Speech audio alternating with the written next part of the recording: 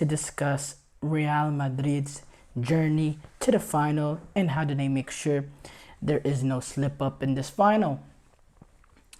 Real Madrid, the story of Real Madrid, the story of the miraculous comebacks, the story of the clutch Champions League moments that will be talked forever and ever.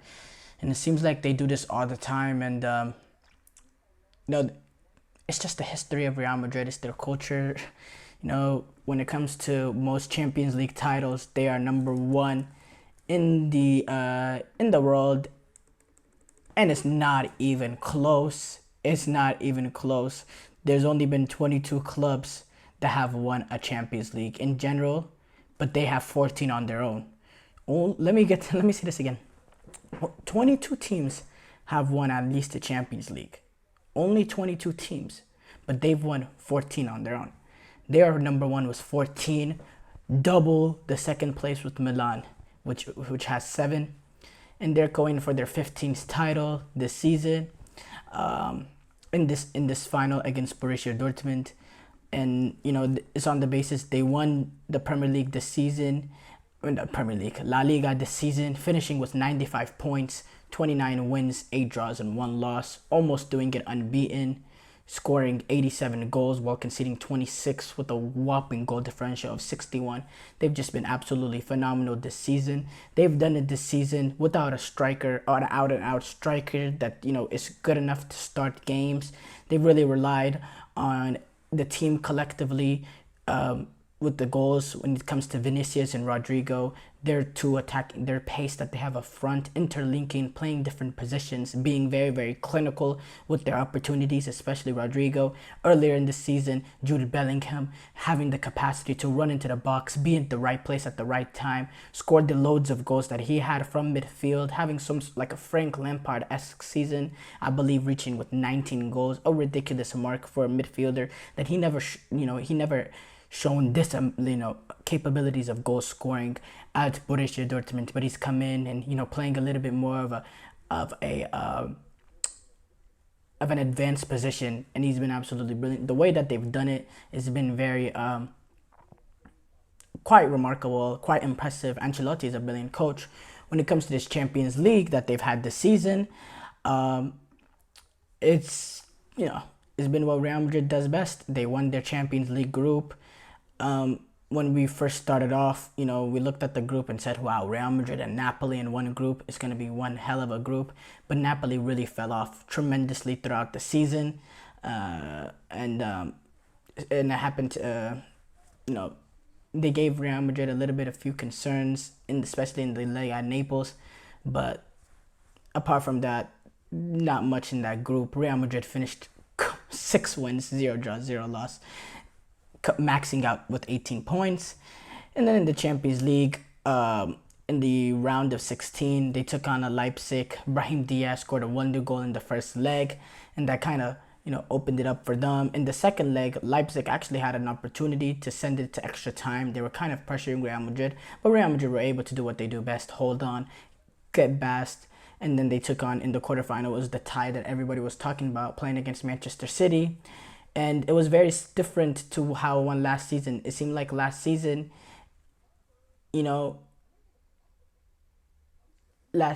in both legs, they were kind of on the back foot.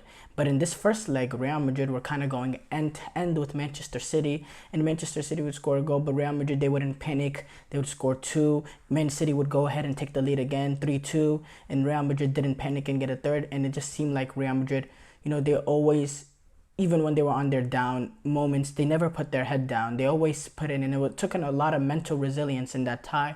They ended up moving on and that first leg 3-3, taking it to Manchester City, where they ended up getting the early breakthrough through Rodrigo, and we just think, wow, that's just where Real Madrid want to be in.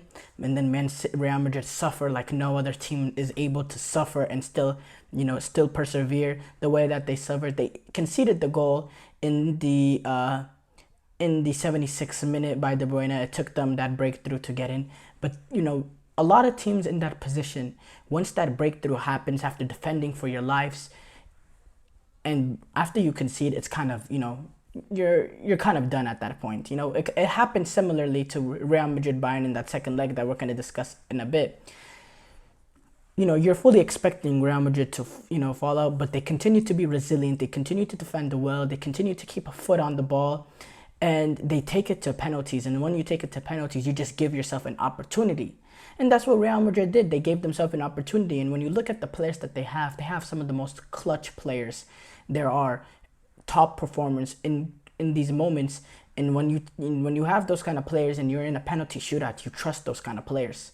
And they ended up winning that penalty shootout to move on to the semis against Bayern.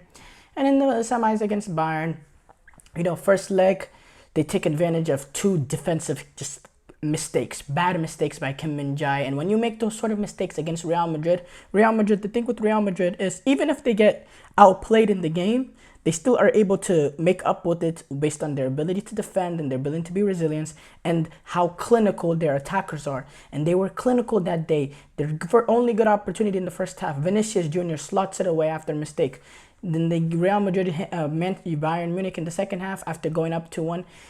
Rodrigo, he has his back to turn. Kim Min-jae makes one mistake. Rodrigo makes him pay, drawing the penalty. Vinicius Jr., he's never missing that in that time, in that place. They get that goal, and 2-2 was a fantastic result for them, especially the way that the game went.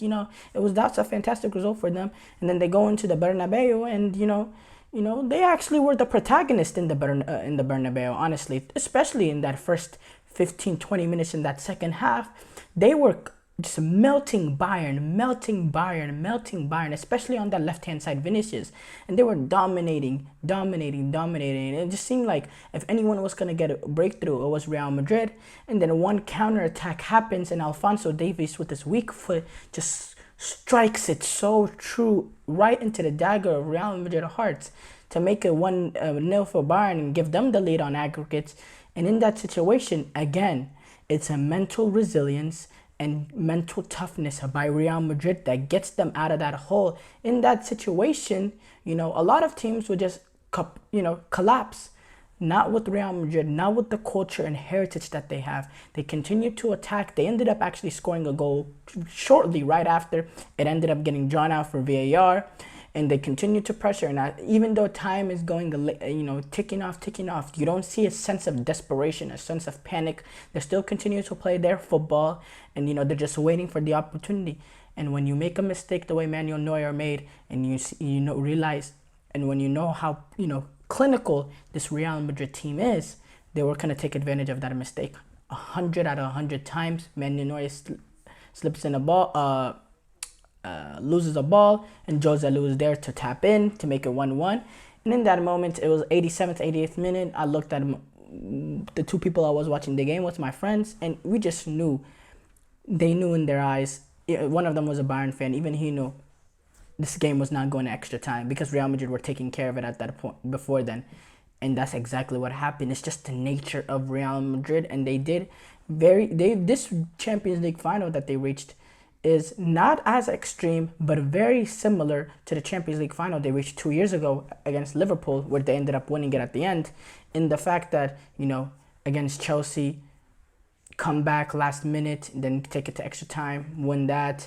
Against PSG, being down for 3 of the halves, getting completely outplayed, having a miraculous comeback in the second half. Against Manchester City, getting completely played off the park for 179 minutes, but in that last minute and extra time, ended up getting 2 goals to push it into extra time, then winning in extra time. It's just the story of Real Madrid, and it's quite remarkable here. Now, as far as the final, how do they make sure there's no slip up? Well, they just have to continue to be mentally resilient. They have to continue to be clinical, and if they do that, I just see no way Dortmund gets through.